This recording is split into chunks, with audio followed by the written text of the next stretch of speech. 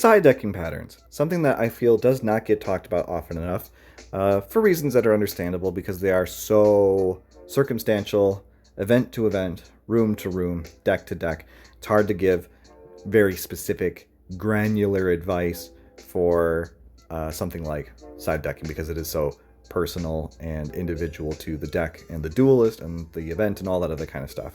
But we're talking with some specificity about a deck list in particular, at least if not exactly this card for card, something very similar to it. Let's talk about what you would be doing siding for going first and siding for going second. Barring, as usual, some exceptions, the pattern is fairly baked in, which is good because it makes it easy to memorize, and you don't have to spend a lot of energy mentally or a lot of time thinking about how to side between games.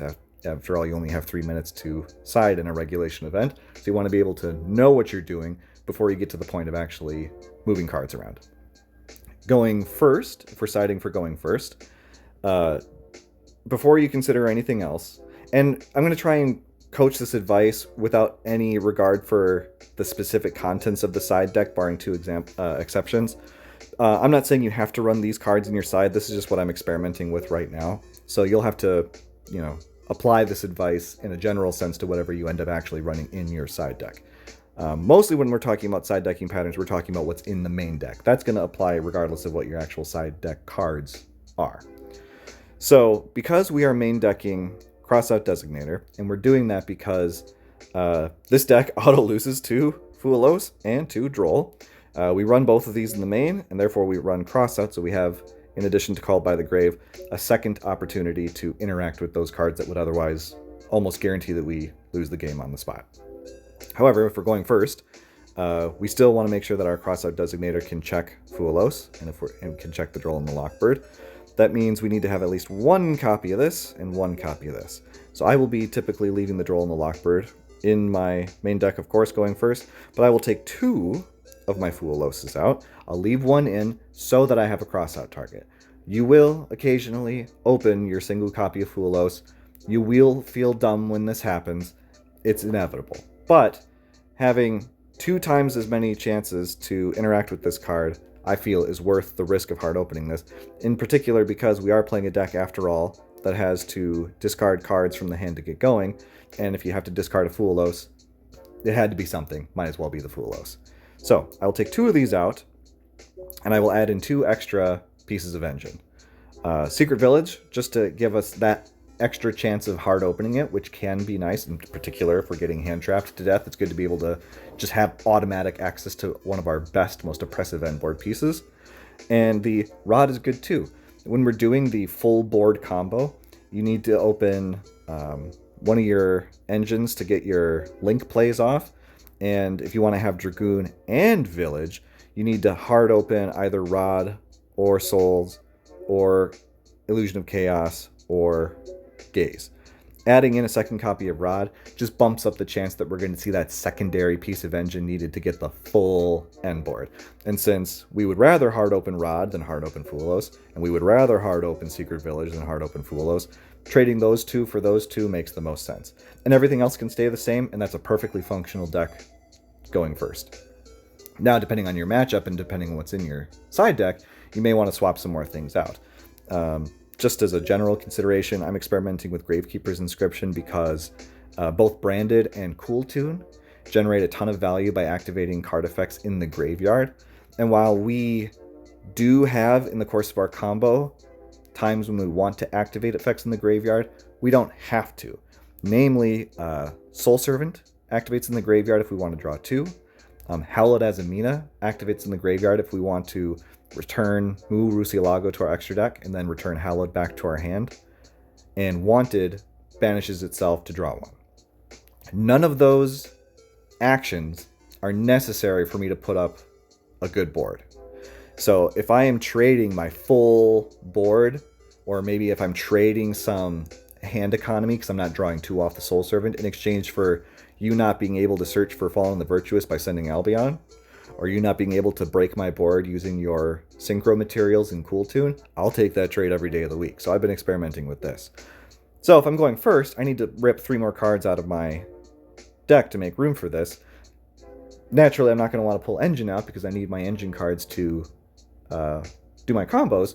So most likely I'm going to be identifying what are the 3 least impactful pieces of non-engine for this particular matchup to make room for the Gravekeeper's Inscription.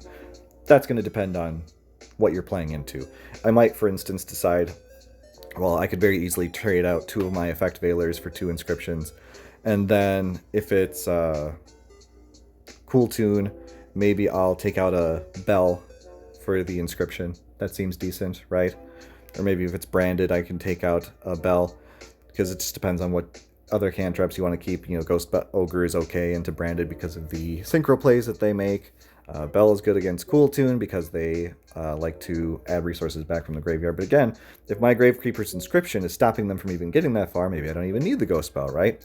So you need to think about, what does your opponent's deck do? How does it work?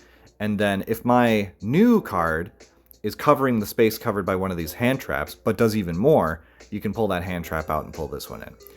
If you're going second, there are certain cards that you will almost certainly be taking out every single time. If you're playing into something like Sky Striker, I'm not going to side out Secret Village because this is probably not a game that's going to end in 2 turns. I'm very likely to go into some kind of grind with them. If I can at least survive, break the board, and establish Secret Village, I can win. I'm going to keep it in my deck. But for the most part, you're not going to be doing your Village combo. You're going to be trying to win the game on turn 2, if you can help it. So, very easy side decking pattern if you're going second is to pull Village, Mausoleum of White out of the deck because we only need these for the Village combo. And that means if we're not doing the Village combo, we don't need Magician Souls, and we don't need Dark Magician because we're not sending Dark Magician off of the Mausoleum White. We're not sending it off of the Magician Souls. That's 4 cards we don't need. Illusion of Chaos is here very specifically to increase the chance that we see our full Village combo, and because it gives us an opportunity to put Hallowed Azamina back into our deck, which we need to be able to do to use Deception to tribute Spirit with Eyes of Blue. But if I'm not doing the Village of combo, Spirit with Eyes of Blue is not showing up on my field, which means I don't need to put Hallowed Azamina back in my deck, which means I don't need Illusion of Chaos. That's 5 cards we can get rid of. So that's an easy automatic 5. You may decide, if I'm going second, I know that they can't Foolos me. The only thing that they could do is Droll. You may decide, if there's certain pieces of non-engine that I really, really need to see and I need room in my main deck, maybe I pull out the Droll and the Crossout. That would make 7 cards. You could very comfortably fit something like, 2 3-ofs and a 1-of kind of thing. So if I want to run 3 Lava Golems, 3 Lightning Storm, and a Feather Duster, or if I want to run just my Raigekis, my Feather Duster, my Lightning Storms, whatever. These are my specific cards. You get the idea. You can very comfortably flex out 7 of your cards without impeding your ability to play the game at all. Not sacrificing any of your hand traps. Only getting rid of your Village combo pieces so that you can do all of your regular Shining Star plays, all your Azamina plays, you can hand trap them, and you have everything in your deck that you need to attack for game, while augmenting your strategy with extra non-engine that will be more oppressive than the ability to combo into this. I don't need to set up Village if I can just take your life points to 0 on turn 2.